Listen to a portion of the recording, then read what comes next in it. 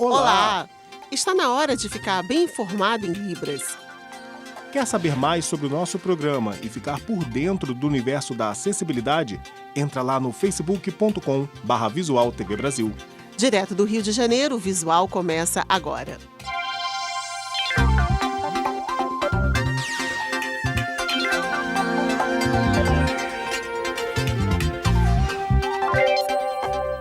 Como é viver em um corpo com o qual você não se identifica? A gente vai saber como é a decisão de fazer as cirurgias que modificam o gênero e as dificuldades que as pessoas trans encontram. A reportagem é de Karina Dourado, em parceria com a TV Bahia.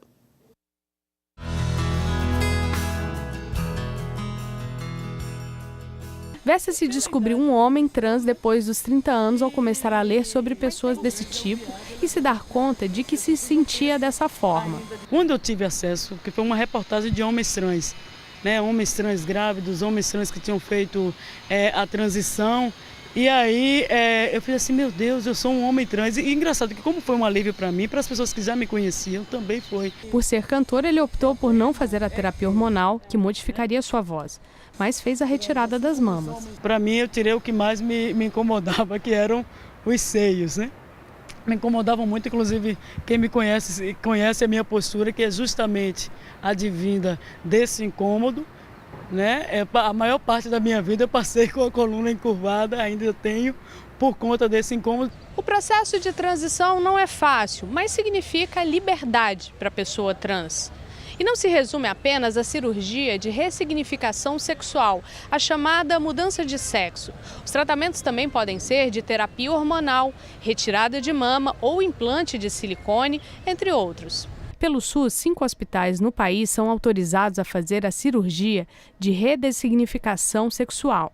Além desses 5, que também são centros ambulatoriais com terapia hormonal e atendimento psicológico, por exemplo, outros 4 locais do país são credenciados para esses atendimentos menos complexos. A demanda é grande para os serviços oferecidos.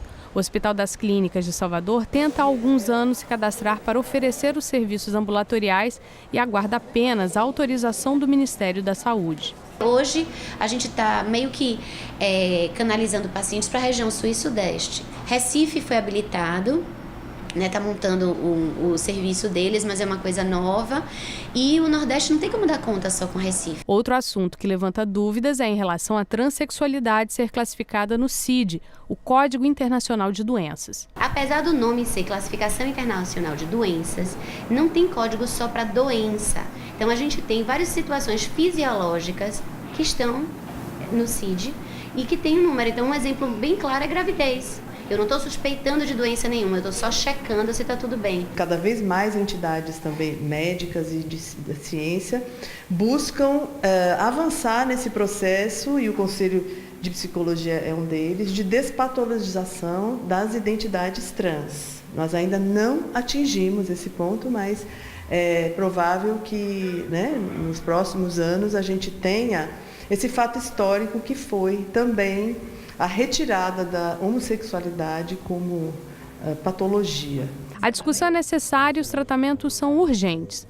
A médica Luciana Oliveira conta que muitas trans acabam se arriscando em opções mais rápidas e perigosas, como a aplicação do silicone industrial. A gente sabe que o uso do silicone industrial, que é largamente utilizado pelas mulheres trans, é extremamente perigoso, porque ele não é feito para uso humano, ele não é feito para ser injetado no corpo humano. A forma que ele dá, essa forma feminilizadora que é tão desejada, é às custas de destruição de tecido muscular e corre vários riscos. Elas mesmo referem complicações disso. E depois o mais difícil é retirar. Depois que teve a complicação, para o cirurgião tirar, porque é uma resina. Então, para ele retirar, aquilo é muito complicado e acaba tendo danos muito maiores. O comércio já sente os efeitos das vendas de Natal. Jonatas, a expectativa positiva para este ano ganha fôlego, com ofertas e formas de atrair o consumidor. Para garantir todos os itens, Cibele resolveu adiantar as compras para a ceia de Natal.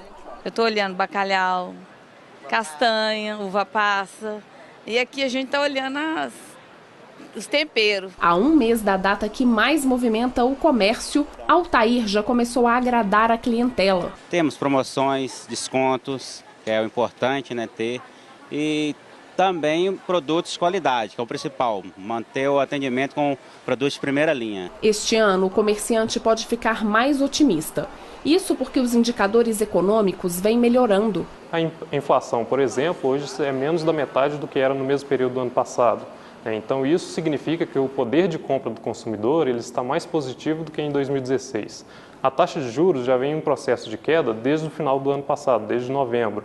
Então isso significa que as taxas de juros comerciais, as taxas de juros praticadas ao consumidor, estão mais favoráveis em relação aos períodos da crise. O Natal deve movimentar este ano cerca de 35 bilhões de reais em todo o país, de acordo com a Confederação Nacional do Comércio, um aumento de cerca de 5% se comparado ao mesmo período do ano passado.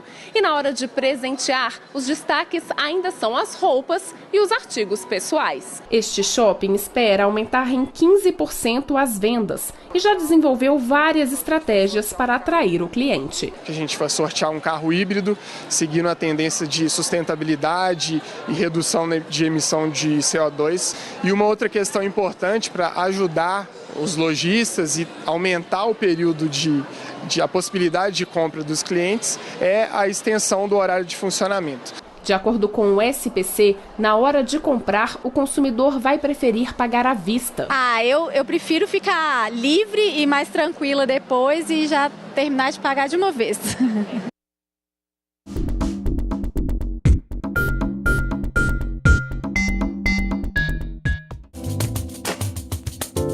Higiene.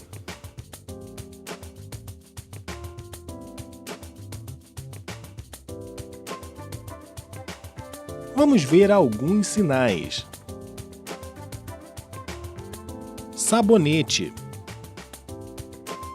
shampoo, escova de dentes, creme dental, lenço de papel, papel higiênico, cortador de unhas, sabonete, shampoo, escova de dentes, creme dental, lenço de papel, papel higiênico, cortador de unhas. Agora vamos ver alguns destes sinais em frases que falem sobre o assunto higiene. Hoje, quando eu acordei, fui para o banheiro lavar o rosto. Escovei os dentes. Usei um enxaguante bucal. E depois fui tomar banho.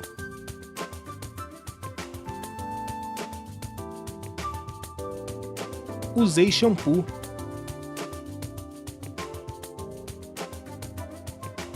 E fiquei bem cheiroso. Recentemente, São Paulo autorizou o uso do telefone celular para fins pedagógicos nas escolas públicas. E essa união entre educação e tecnologia já é uma realidade também em outros pontos do Brasil e virou tema de estudo em Minas Gerais. Não há como negar que a tecnologia invadiu as salas de aula. O celular deixou de ser só um aparelho telefônico e virou um microcomputador portátil. Mudou até de nome. É chamado de smartphone e é amplamente utilizado pelos alunos. Ao invés de copiar a matéria no caderno, que tal bater uma foto utilizando o celular? Fotografar, assim, eu lembro o que o professor falou, às vezes, ou também para entender a lógica que ele faz. Agora, na minha escrita, eu entendo melhor e penso mais sobre um determinado assunto. Um projeto de estudo orientado por essa pesquisadora quer entender o comportamento dos jovens diante das novas tecnologias. Esse projeto ele é um projeto de pesquisa hoje, né? Ele tem bolsa da FAPEMIG e também do Cefet-MG no intuito de tentar entender por que essa prática de uso do celular ela tem tomado conta da prática de uso da escrita de mão, que é o que a gente chama de escrita manuscrita. O projeto ainda não chegou ao seu fim, mas as primeiras pesquisas apontam que o celular, sim, pode ser um grande auxílio tanto para os alunos quanto para os professores dentro da sala de aula. Os primeiros resultados que nós descobrimos nesta pesquisa diz que o celular, assim, ele é unanimidade na sala de aula, não só para o aluno, para o professor também. Agora, ele é uma unanimidade que ainda não é um recurso pedagógico. E é isso que a gente quer mostrar com a nossa pesquisa, que ele pode ser um poderoso recurso pedagógico. Para os alunos, o celular é um parceiro em sala de aula. Dependendo da sua utilização, ele pode te ajudar muito, né? Nos estudos, na pesquisa, etc. Mas ressaltam que precisa ser usado de maneira adequada na hora dos estudos. Ele pode atrapalhar desde o momento que você passa a utilizar para fins indevidos, como, por exemplo, utilizar para trocar mensagens durante a aula, jogar e tal, etc. Essas coisas. Eu acho que tem que ser determinar a hora. Não ficar usando continuamente. E também é bom a prática da escrita, pois você exercita o seu cérebro. Então vamos usar? Vamos, todos acessam. Agora nós podemos guardar e vamos para o registro escrito, vamos para a produção. Eu acho que tem dado certo, um pouco que eu consigo perceber dos resultados e da empatia dos alunos com isso. Eu acredito que no intuito de continuidade do projeto é potencializar isso aqui na escola e para outras que também acharem interessante. E o Visual fica por aqui. Muito obrigada pela companhia. Tchau. Tchau, tchau para você.